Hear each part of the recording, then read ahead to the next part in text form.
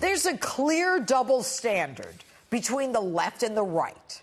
Behavior that you only see on the left and not the right. If you need further proof that there's a double standard, that the left has brainwashed society, look no further than Florida. The fraud going on in Florida as an acceptable solution to our election process is the last straw. How, after 4 days, are the same two counties that we've repeatedly had trouble with in the past still able to say their election is not final? How is that possible? How is that okay? As I speak to you, Florida's Secretary of State has officially declared a recount for governor and United States Senator in Florida. On election night, though, both Republicans were declared the winners over their Democrat opponents. Republican Rick Scott was declared the winner over Democrat Bill Nelson for Florida's U.S. Senate seat. Republican Congressman Ron DeSantis was declared winner against Democrat Andrew Gillum, a local mayor. But tonight, everything is in flux. Democrat Gillum, the loser candidate who conceded on election night, has just today officially pulled back his concession to Republican Ron DeSantis. So what's going on? The Democrats are refusing to accept the declared results of the national media. Theirs is a double standard.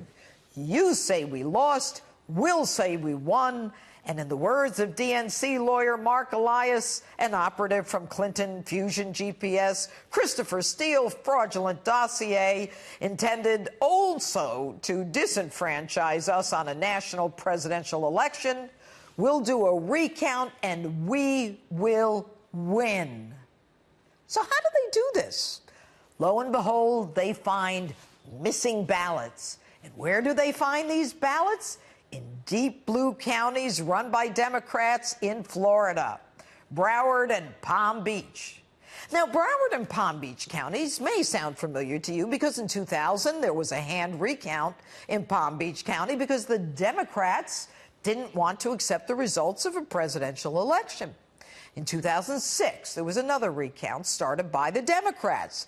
In 2016, another recount, and in 2018, another recount in the same two counties.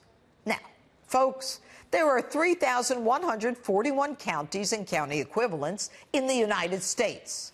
So you tell me how 3,139 counties can get their votes in 30 minutes after the polls close, but not these two. The other counties get it right. There's even a county that suffered a Category 4 hurricane in Florida that was able to turn in their ballots 30 minutes after the election. But these same two deep blue Democrat-controlled counties in Florida, where Republicans won in the two most important races, can't get their act together. But it's not the first time. There's one person who seems to be at the center of this, a Ms. Brenda Snipes, the election supervisor in Broward County, shown here. Now, you may know about Brenda because in 2016, a judge called her out for destroying ballots that benefited her friend, Debbie Wasserman Schultz.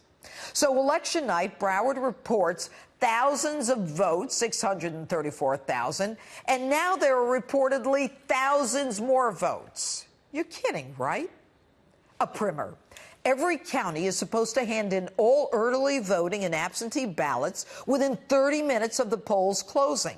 Most counties already count those ballots before election night.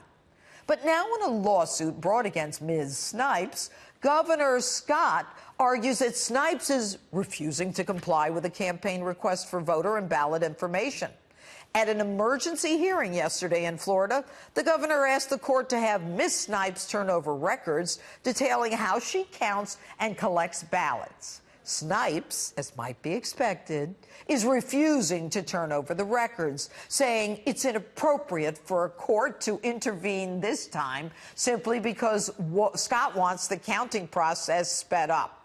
What is even more outrageous is that after Snipes destroyed ballots illegally in the 2016 election, her premature destruction of the ballots under court review in a pending lawsuit was described as unlawful and in violation of the Public Records Act. That court in 2016 cited a similar case where the individual was dismissed, saying dismissal under these circumstances is an appropriate sanction. But the court went even beyond saying that about Snipes.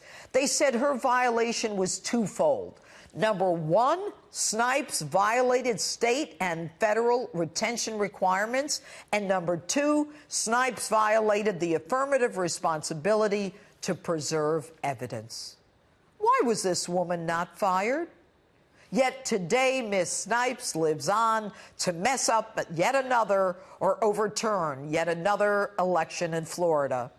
And if that's not enough to infuriate you, after the court's decision about Miss Snipes, the state of Florida announced it would be monitoring Broward's 2018 election. Now, let me tell you what a mess we're in. There are reportedly thousands of newfound ballots. Each one is 5 pages long. Do you think a woman who doesn't tally or canvass along the way, who loses thousands of ballots, who doesn't want to turn them in 30 minutes after the polls are closed, like 3,139 other counties do, should be trusted?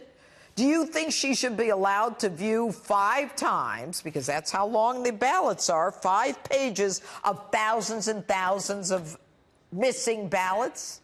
Folks, this is lunacy. Voter fraud is insidious. It causes people to think their vote doesn't matter. But it's worse than that, folks. There are reportedly transcripts now that prove that when the Democrats say they want every vote counted, they mean it. Yes, that's what I said.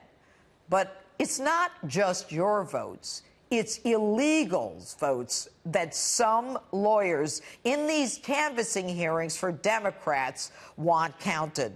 A report out today says lawyers for Democrats Gillum and Nelson are objecting to the rejection of votes cast by non-citizens. So when the lawyer for the Democrats, Mark Elias, famous for his role in the dossier creation that was an attempt to disenfranchise our duly elected president, says he's going down to Florida to win, he should have added, by any means. And that's my open. If you love my opening statements, you love my new book, New York Times #1 bestseller, Liars, Leakers, and Liberals, The Case Against the Anti-Trump Conspiracy.